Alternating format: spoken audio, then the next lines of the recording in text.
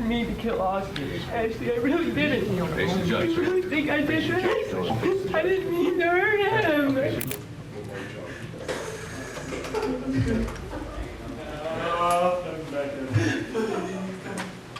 And for the first time, we're seeing what he looks like 7 years after the crime.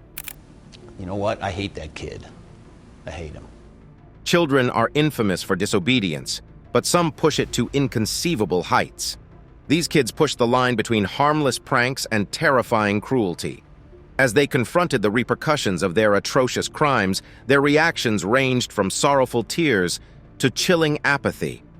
Prepare for an emotional roller coaster as we dive into the dark minds of these pint-sized offenders whose crimes stunned their families and stunned the world. Here are 10 kids who killed their own families, reacting to life sentences. Number 1. Jacob Morgan. In the world of legal concerns, the spectrum extends from simple to complicated, necessitating a precise blend of study, particularly when the persons involved are minors who may not completely appreciate the ramifications of their conduct. Such complexities came to light in March 2015, when a terrible tragedy happened in York County, South Carolina. A small child sadly passed away in a terrifying trailer fire, sparking a legal drama that had his older brother, Jacob Matt Morgan, then 17 years old, facing charges of involvement in his sibling's demise. Prosecutors said that Morgan had stood by and watched the awful catastrophe unfold without helping his younger sibling. They portrayed a bleak picture of Morgan crying phony tears rather than offering support. Morgan, on the other hand, adamantly believed that he had done all in his power to save his beloved brother from the flames. As the case progressed, the courtroom became a setting for intense drama, and as the sentencing date approached, tensions rose. Morgan's unnerving fixation with fire has long been a source of anxiety in the family. The prosecution offered substantial evidence to back its contention that Morgan eventually admitted to starting the fire that took the life of his brother. The discovery that the fire started in 3 different places added weight to the idea that this was a deliberate act, compounding an already complicated case. The sharp divide among the jurors was one of the case's distinguishing elements. Some questioned Morgan's sincerity and innocence, while others thought that he was faking his pain. The mystery surrounding his genuine motives made reaching a consensus on his guilt or innocence extremely difficult. Morgan's family's staunch support, who firmly believed in his innocence, further complicated matters. Their persistent commitment and insistence on his moral purity threw a cloud over the emotionally charged trial, adding another degree of complication to an already perplexing legal experience. His mother, Julie Hill Dover, protested his innocence in court, saying, "We have always believed in his innocence. Because we know our son, we know the evidence against him is horrible. But I know in my heart that my son, my oldest son, is innocent." She proceeded to say, "He loved his brother. All he ever wanted was a brother. He got to enjoy his brother for 14 months, which is not long enough for any of us, but it's the tragedy." However, according to Deputy Solicitor Willie Thompson, Morgan waited outside the home as it burned and didn't call for help or save his younger brother, all of which showed malice. But his parents have maintained their claim that the neighbors told Jacob to stay away from the fire. In fact, they held him back as he fought them trying to get back inside to save his little brother. But the prosecutors weren't buying this story. They revealed that during interrogation, Morgan has admitted to being fascinated by fire. He had also confessed to setting a fire in the house 2 weeks prior to the tragic incident. Subsequently, justice prevailed, and Jacob Morgan was sentenced to 15 years in prison after he pleaded guilty to involuntary manslaughter, unlawful conduct toward a child, and third-degree arson. Number 2. Sierra Halseth. Sierra Halseth's life started with a lot of promise and potential. She was born in 2001 in Las Vegas, Nevada, and grew up in a loving and prosperous home. Sierra had remarkable academic ability as well as a wide range of abilities in extracurricular activities from an early age. Her intellect and magnetic charm rapidly garnered her acclaim among her contemporaries, and she became a role model for her peers. She was active in community service, laying the groundwork for a bright and hopeful future. But catastrophe struck on May 2021 when disturbing accusations regarding Sierra's involvement in a horrible crime surfaced. At the age of 16, she was suspected of taking the life of her own father, and her lover, Aaron Guerrero, was named as her accomplice. Plus a consecutive 72 to 180 months for the deadly weapon enhancement.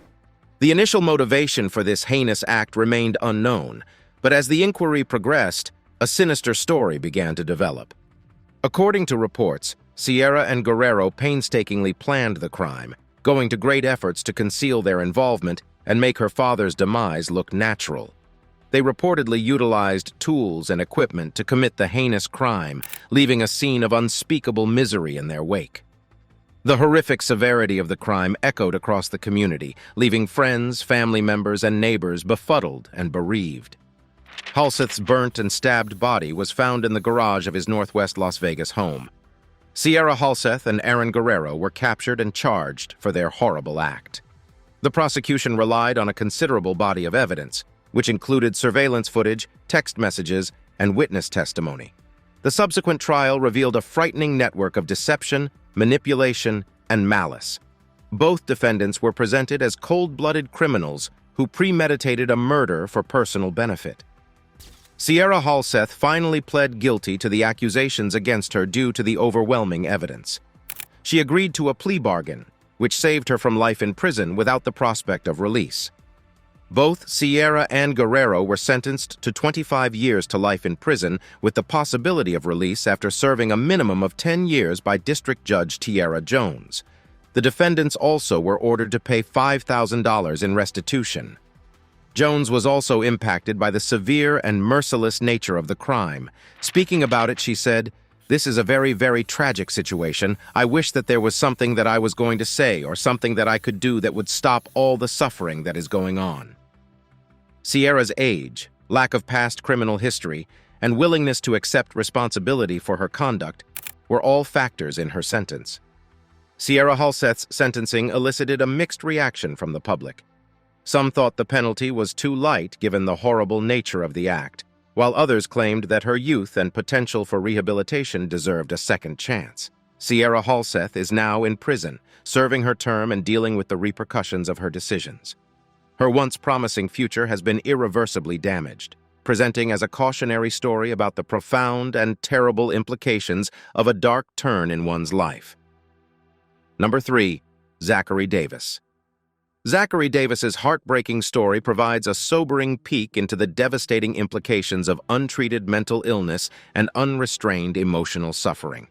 Zachary was born in the United States in 1992, and his early years were typical of any other youngster. However, when he entered puberty, alarming indicators of antisocial conduct and anger control issues emerged.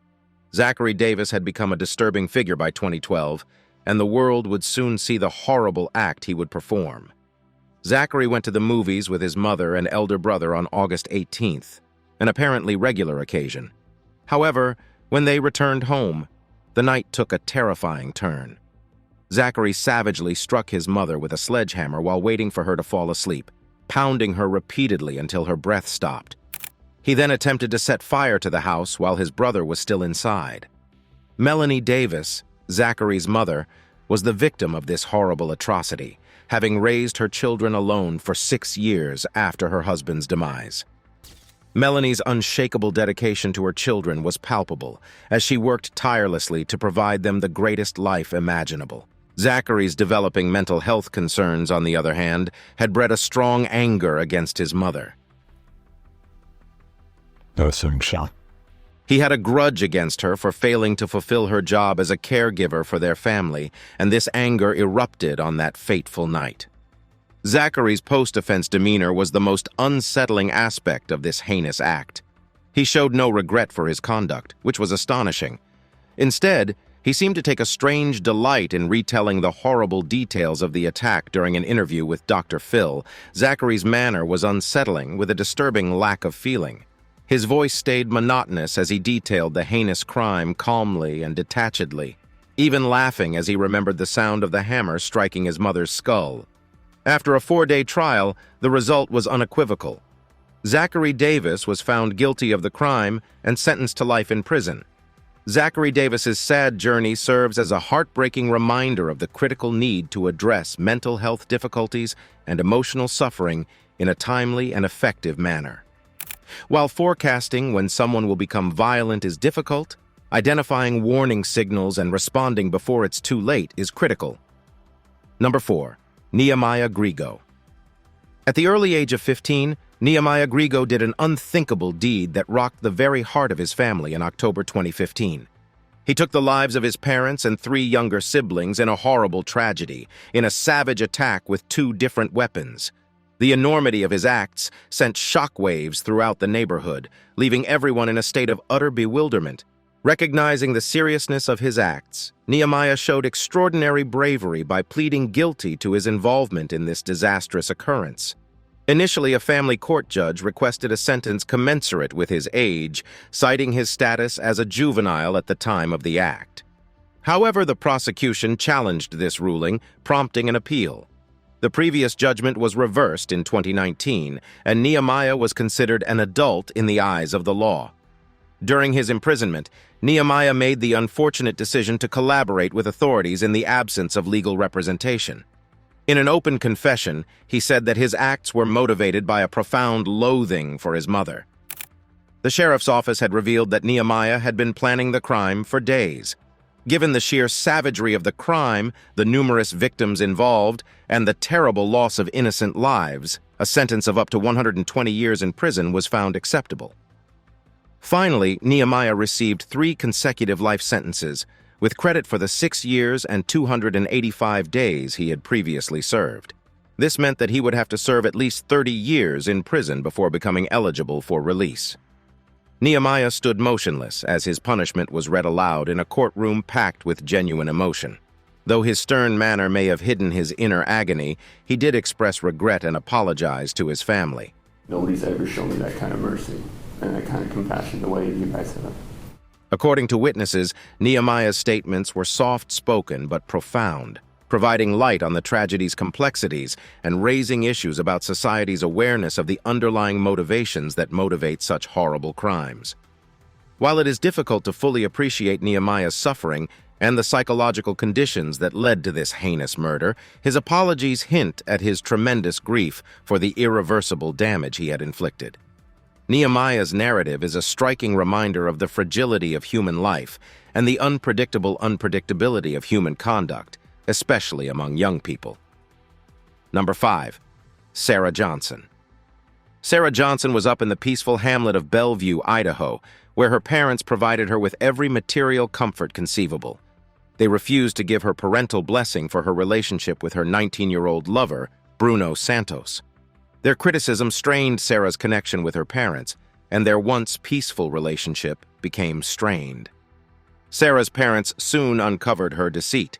She had pretended to be at a friend's house while covertly spending her evenings at Santos's flat. The findings strained their relationship even more. Alan Johnson, Sarah's father, decided to take matters into his own hands one evening. He followed his daughter to Santos's house and demanded that she return with him. During the altercation, he informed Santos that if he saw him with his daughter again, he would call the cops. Alan, on the other hand, never followed through on his threat. Tragically, he and his wife died in a horrible attack perpetrated by their own flesh and blood just days afterward. Sarah broke into a guest house on their property in September 2003. This unoccupied guest house included a high-powered Winchester Model 70 bolt-action rifle, a weapon she was aware of. Sarah took the firearm and ammo before breaking into her parents' room and shooting her sleeping mother in the face, taking her life. She reloaded calmly, went to the bathroom, and shot her father in the heart as he was showering. A worried relative called the police after discovering Diane and Alan Johnson's dead bodies. Sarah was swiftly identified as the criminal, resulting in her arrest and prosecution.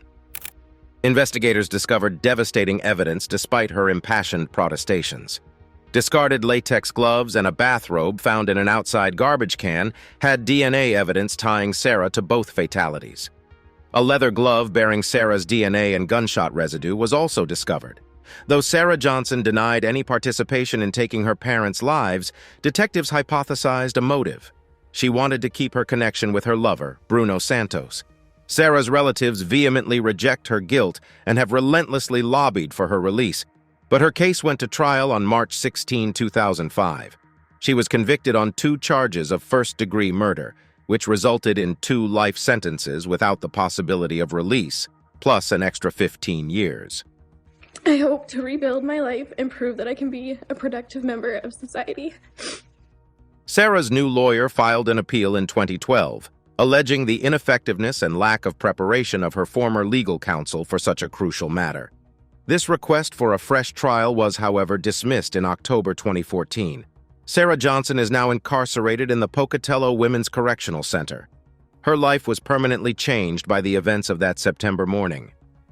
Sarah Johnson's story serves as a disturbing reminder of the grave repercussions that can result from the confluence of young rebellion, familial friction, and catastrophic violence. Number 6. Dylan Shoemaker. Dylan, at the age of 16, was entrusted with the job of caring for his girlfriend's 2 young boys while she worked a night shift at a neighboring restaurant. What started off as an average evening turned into a tragedy, throwing the small house into an unfathomable nightmare. Dylan Shoemaker took the life of his girlfriend's baby, Austin, who was about to celebrate his 2nd birthday, in a heartbreaking tragedy. As a result of his arrest and subsequent appearance in court, the ramifications were immediate and catastrophic. The ensuing trial revealed a tangled web of emotions. I can't take back what was done. I wish I could. I would give my life for Austin. Shoemaker, who was facing 2nd-degree murder accusations, glanced at the courtroom walls, his feet shifting uneasily and his sobbing ringing loudly. He expressed his undying love for Austin and emotionally stated that he had never wanted to hurt the boy. It took a state Supreme Court jury less than 3 hours Monday to convict the Springville teenager.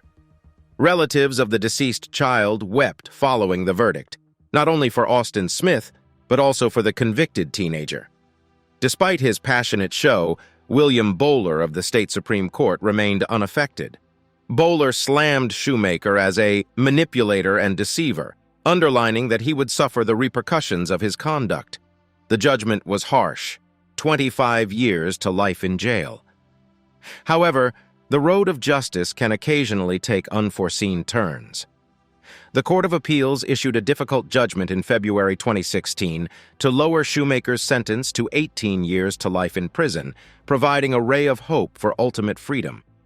Even if his freedom becomes a reality, the state's watchful eye will stay fixed on him, assuring continuing surveillance and control.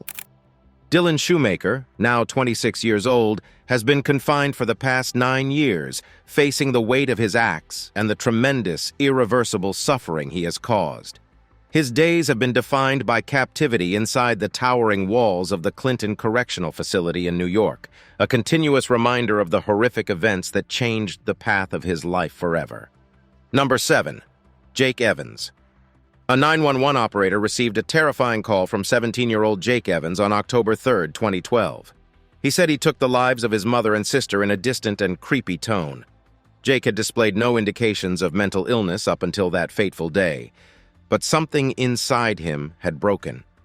Jake revealed the terrifying series of events in a written confession.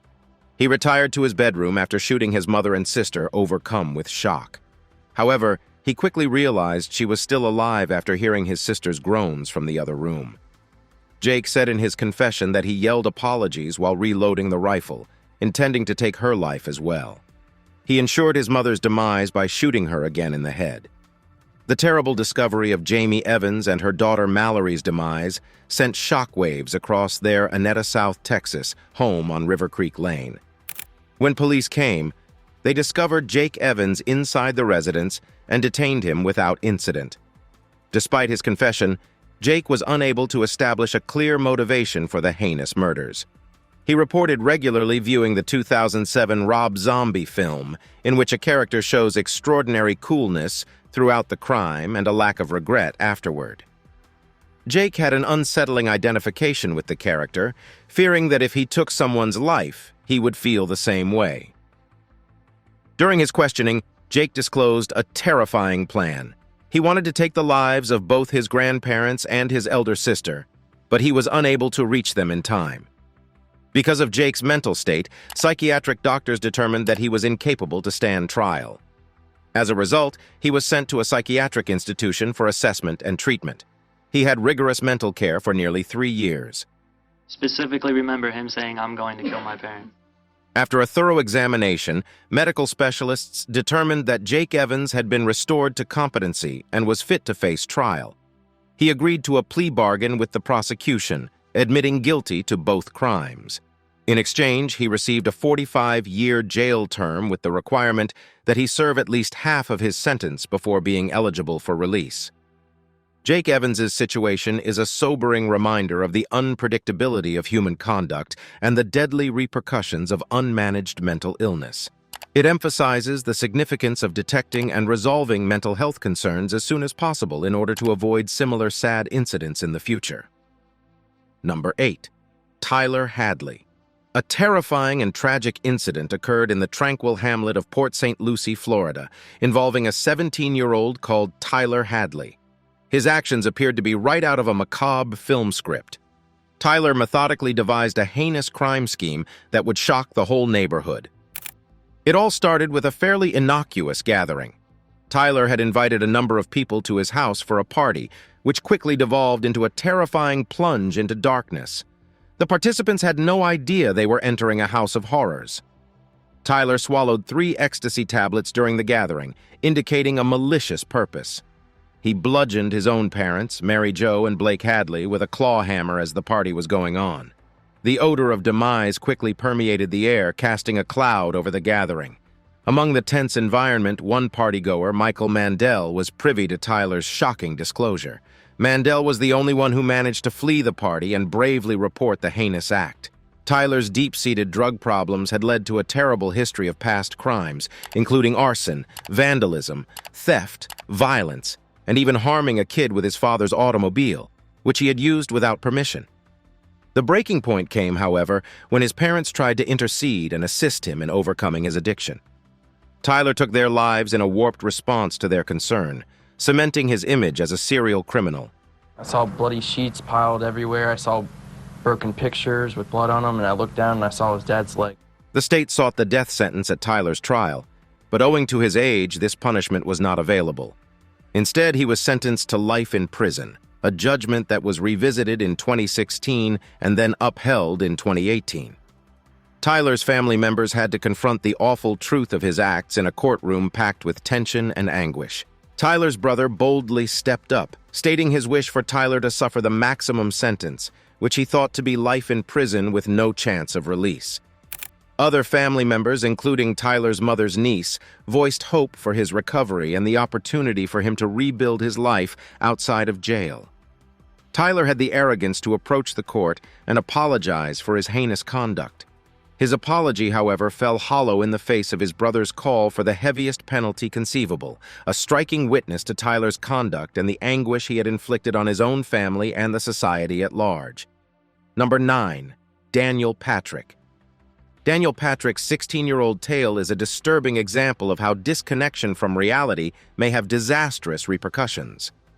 Daniel's catastrophic descent into darkness began when he lost his capacity to differentiate between reality and the virtual world of video games.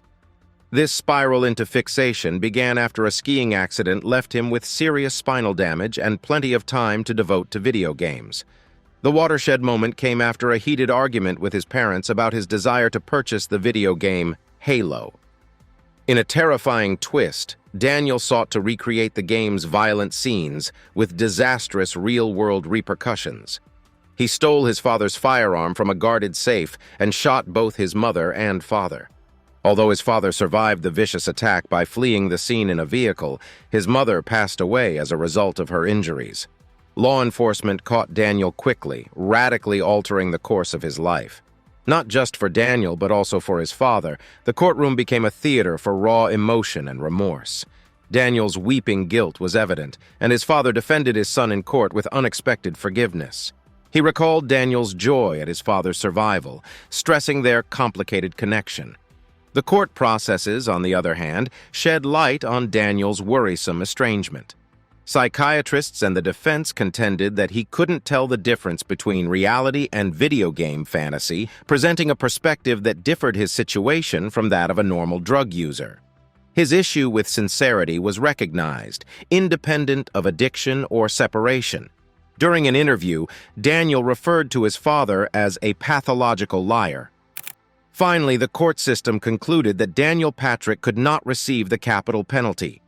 His was not a drug-fueled craze. Rather, it was the result of serious psychological disorders and a frightening alienation from reality. He received a life sentence with the chance of release after 23 years. Number 10. Seth Pravaki. The argument about video games' influence on violent behavior continues, but it's crucial to remember that early trauma can have far more lasting and fatal consequences. The case of Seth Pravaki is a sobering reminder of the horrors that may emerge from neglect, a lack of affection, and a lack of support.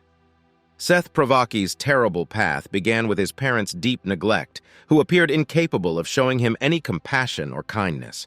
Seth plunged into a dark pit of narcotics consumption and illegal activities as a result of growing up in such a difficult environment.